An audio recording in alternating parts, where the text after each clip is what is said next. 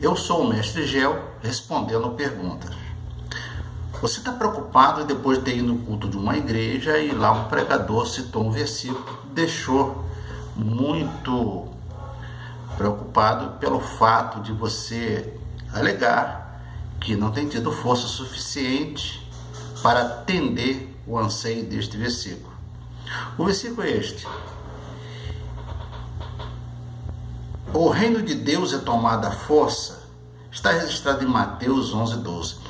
Antes de responder a sua pergunta, eu quero deixar claro que a Bíblia ela foi traduzida por várias pessoas, por vários escritores, e cada um no seu dialeto. Na minha, por exemplo, está escrito o seguinte: e desde os dias de João Batista até agora, se faz violência ao reino dos céus, e pela força se apodera dele. Mateus 11:12. E Lucas também, na minha Bíblia, está dizendo a mesma coisa. A lei e os profetas duraram até João. Desde então é anunciado o reino de Deus e todo homem emprega força para entrar nele. Lucas 16:16. Bom, este versículo é um pouco meio complexo. Tem várias interpretações. Eu poderia aqui colocar todas elas, mas como o período de gravação aqui do vídeo não é tão extenso, então eu vou explicar a mais comum, a que todos conseguem entender com facilidade. Na realidade, nesse versículo, Jesus, através do conto de Mateus e de Lucas, queria dizer que as pessoas, ele falando para o pessoal da época, as pessoas costumavam adquirir a salvação com esforço, e era muito esforço, tá? Então, por isso, as pessoas não estavam entendendo que a salvação agora é pela graça, né? Precisamos deixar claro também que o Velho Testamento não foi abolido, tá? Todas as doutrinas do Velho Testamento, ou a maioria delas, ela se estende também ao Novo. Porém, algumas coisas não foram abolidas, foi modificado. E uma dessas coisas é a salvação. A salvação era adquirido pelas obras, ou seja, primeiro você praticava as obras, depois você adquiria a salvação. No Novo Testamento, Jesus cumpriu a parte mais difícil, a parte impossível, não é? Que foi um sacrifício único e total. Ele mudou essa situação, é o direito de mudar.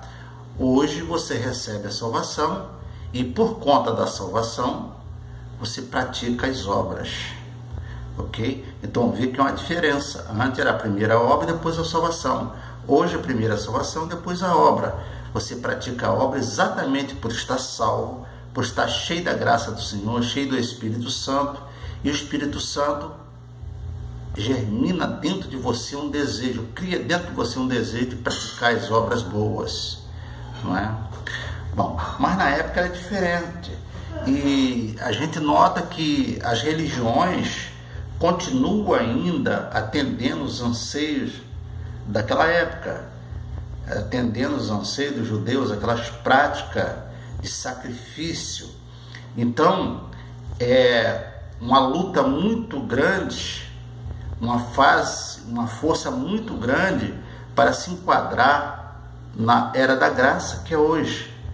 Porque olha só, é muito difícil, a gente observa isso, crer, confiar, deixar que Deus atua na sua vida. Há um esforço muito grande em relaxar, descansar no Senhor. Crer é pisar no vazio, é ser amparado. Pisar no vazio e ter a certeza que vai encontrar um solo firme, assim como Pedro pisou na água, a água e não se afundou nela. Isso realmente tem sido difícil. As religiões têm pregado, têm ensinado, continuam ensinando o sacrifício, que nós chamamos de paganismo, né? É um paganismo. Está entrando das doutrinas religiosas como os altares de Caim. As religiões estão ensinando isso. E querem agradar a Deus com beleza, estética, quantidade de ofertas, por renúncia e penitências mecânicas. Essas coisas não agradam a Deus. Essas que agradam a Deus é você se enquadrar na graça de Deus, receber a salvação. Essas coisas, elas podem até funcionar num determinado tempo, num determinado assunto. Não é má você praticar as boas obras, mas dentro de um determinado contexto, sem exagero, ok? Se você observar ali naquela luta do Elias com os profetas de Baal, você vai observar que os profetas de Baal, eles cortavam seus corpos para agradar os seus ídolos, para conseguir do ídolo a queima do holocausto, né? A queima do holocausto só aconteceu através de Elias, quando ele simplesmente clamou a Deus, então aconteceu a queima. Mas observa que eles eram tão crentes nos seus líderes, nas suas entidades, que chegava ao ponto do sacrifício de se cortarem, sacrifício com sangue. E as religiões hoje estão fazendo a mesma coisa. Estou dizendo todas as religiões, tá? Não estão conseguindo entender que a graça de Deus é que salva. Nós somos salvos pela graça de Deus, não pelos nossos méritos, pelos nossos esforços. É dom de Deus, é dom gratuito de Deus, para que ninguém venha se gloriar disso. Imagine, eu vou receber a salvação e dizer, olha, eu recebi a salvação porque eu sou tal, nossa, eu consigo fazer isso, consigo fazer aquilo, porque faziam isso. E você observa na oração daqueles dois, quando já chegou no tempo, e um orava, olha, eu não sou como este, eu dou dízimo e tal, eu cuido da viúva, eu cuido dos órfãos. E Jesus disse, isso aí está dizendo nada. E o outro ali, Senhor, eu sou um miserável pecador, eu só faço bobagem, mas tem misericórdia de mim. E segundo Jesus, aquele que se simplificava, que foi o que tocou no coração de Deus, tá? Nós observamos isso também, os maias, os astecas, os incas, os nazcas, construíram coisas grandiosas no intuito de agradar a Deus com as suas belezas, suas grandiosidades. Olha, Jesus não precisa de grandiosidade daqui da terra, porque ele já é grande. A beleza vem dele, a grandeza vem dele. Então, é necessário que você se enquadre na graça do Senhor. Mas, em Tiago 2,24 está escrito, vedes então que o homem é justificado pelas obras, e não somente pela fé. Exatamente. Tiago, aqui, está sendo claro e você não está conseguindo entender. Observe o versículo 29, tá? No 24 ele está dizendo isso, e no 29 está dizendo o seguinte, Tiago faz alusão a Raabe, a mulher de Canaã, aquela prostituta que foi salva pela obra, por ela ter protegido os espias. Então, mais uma vez, o entendimento. Ele está dizendo exatamente, fazendo alusão do pessoal do Velho Testamento. De maneira nenhuma ele está contendendo com Paulo, em Romano, que diz, concluímos, pois, que o homem é justificado pela fé, sem as obras da lei. Tá? Ele é justificado pela fé, sem as obras da lei. Tá? Mas e as obras? Não temos que fazer? Temos que fazer, precisamos fazer, devemos fazer, é bom fazer, sentimos prazer em fazer. O problema é você misturar obra com salvação. O problema é você não entender que a salvação não é pelos seus méritos, mas sim pela misericórdia de Deus, através da morte do Senhor Jesus na cruz. Uma coisa é você praticar a obra, uma coisa é você entender qual é a função da obra. A função da graça é uma coisa, a função da obra é outra coisa. Você não pode complicar e nem misturar obra com salvação. Funciona assim: você aceita Jesus não pelos seus méritos, não porque você é bonzinho, porque Deus é misericordioso e enviou o seu Filho para que morresse na cruz para nos salvar. Aceitei? Beleza. Então a partir daí você está salvo. No momento que você é salvo, você recebe, obviamente, o Espírito Santo, não é? Você se enquadrou naquele versículo que diz: o que for crer, e aquele que crê e for batizado será salvo. Você creu, você foi batizado, você está salvo.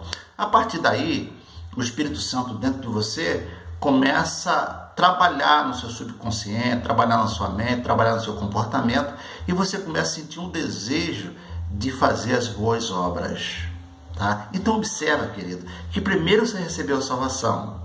Agora, por você estar salvo, você começa a desejar fazer boa obra, começa a aprender, obviamente, nas igrejas, com o seu pastor, ou com o seu tutor, aquela pessoa que te levou a Jesus, que é responsável de te ensinar. Você vai aprendendo gradativamente e vai praticando as boas obras. Mas você já está salvo. A salvação ela é instantânea. Não, mas espera aí, eu tenho que ouvir a palavra, fazer acontecer, fazer caridade para ser salvo. Não. Assim, se você pensar desta forma, você está excluindo a graça do Senhor. Inclusive, anulando aquela passagem na cruz com o ladrão. O ladrão, quando Jesus disse: hoje mesmo estará comigo no paraíso, o que ele quis dizer com isso? A partir desse momento que você me reconheceu como o único Salvador, você já está salvo. Mas Jesus mandou: não, beleza e tal, você me aceitou, é muito bom, foi ótima a sua decisão. Agora você desce aí da cruz, tá? Você limpa esse sangue aí, tira esse prego da sua mão e vai lá, atende os órfãos, atende a viúva, porque era obra que se fazia muito na época, dado o fato que a mulher viúva, ela não tinha expressividade, não tinha expressão no mercado de trabalho, tá certo?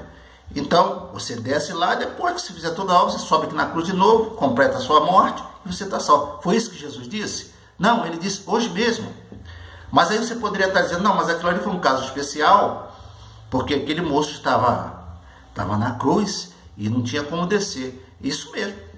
Melhor ainda, para você ver que a graça do Senhor é tão poderosa que mesmo no último fôlego de vida, você tem direito de aceitar a Jesus e receber a salvação. Em um outro vídeo que eu gravei, está rodando pela internet, eu falo sobre o filho de crente, e que o filho de crente, ele tem uma promessa de Deus de salvação, mas tem uns trâmites a seguir, e eu informo, você deve assistir esse vídeo, que no último fôlego de vida, não é? Faltando alguns minutos, enquanto ele tiver raciocínio, ele pode aceitar Jesus e o Senhor considera aquela aceitação e o salvará, tá? É bom você assistir esse vídeo, entendido?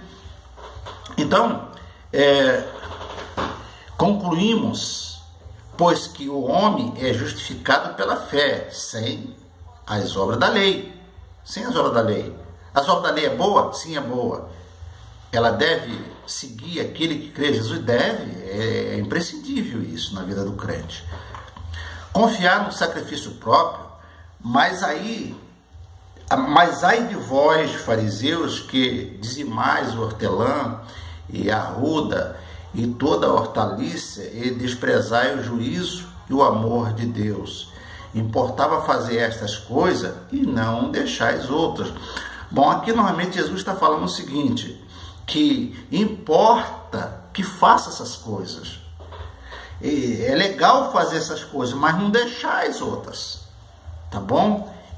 Então, se você entender que a graça do Senhor Jesus é dom de Deus e não é nossos méritos, né, pelo nossos méritos, você vai entender que essa expressão, o reino de Deus é tomado à força, nada tem a ver com a sua salvação, tá bom?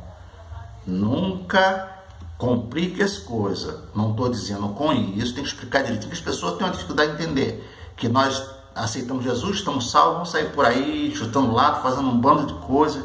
Não, eu estou dizendo que você pode fazer qualquer coisa, jejuar dia e noite, orar dia e noite. Se você não aceitar a Jesus, meu filho, você não terá salvação. Agora, se você aceitar Jesus com muita alegria, com muito amor no coração, você vai praticar as obras que é benéfico, é bom para você, é bom para os vizinhos, é bom para a sociedade. Vai ser uma pessoa educada praticando as boas obras, mas não pela salvação, mas para que você possa ter uma vida justa aqui na terra e sim agradar a Deus por isso, e para que Deus possa te usar. Porque como Deus iria usar um vaso todo sujo, todo complicado? Tá bom? Que a graça e a paz do Senhor Jesus continue nos abençoando.